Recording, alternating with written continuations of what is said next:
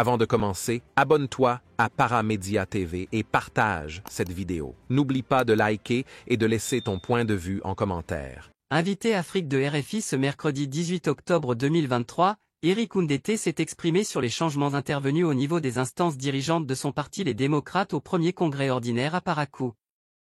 En effet, le parti Les Démocrates se met en ordre de bataille en vue de la présidentielle de 2026. Éric Oundété, qui était président, devient le premier vice-président. Et l'ancien chef d'État, Thomas Boni Yayi, prend les rênes de la formation politique.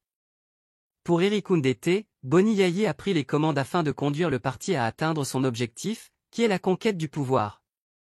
Par rapport aux objectifs que nous avons fondés, nous avons jugé qu'il était bon de faire un reclassement pour nourrir de son expérience d'ancien chef d'État et renforcer notre équipe pour aller à l'assaut du pouvoir, a-t-il justifié.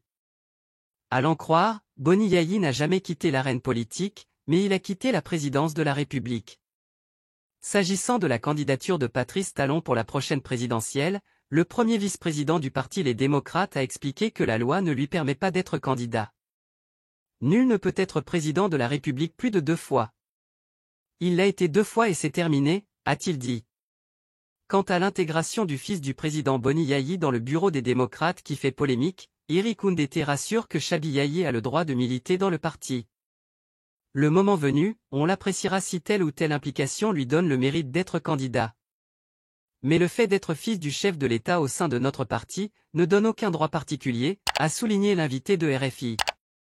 Tout en demandant au gouvernement de faire transparence sur la présence ou non de bases militaires françaises dans le Nord dans la lutte contre le terrorisme, l'opposant a rappelé que le combat va se poursuivre pour la libération de Madougou, Aïvo et autres. C'est une exigence pour nous.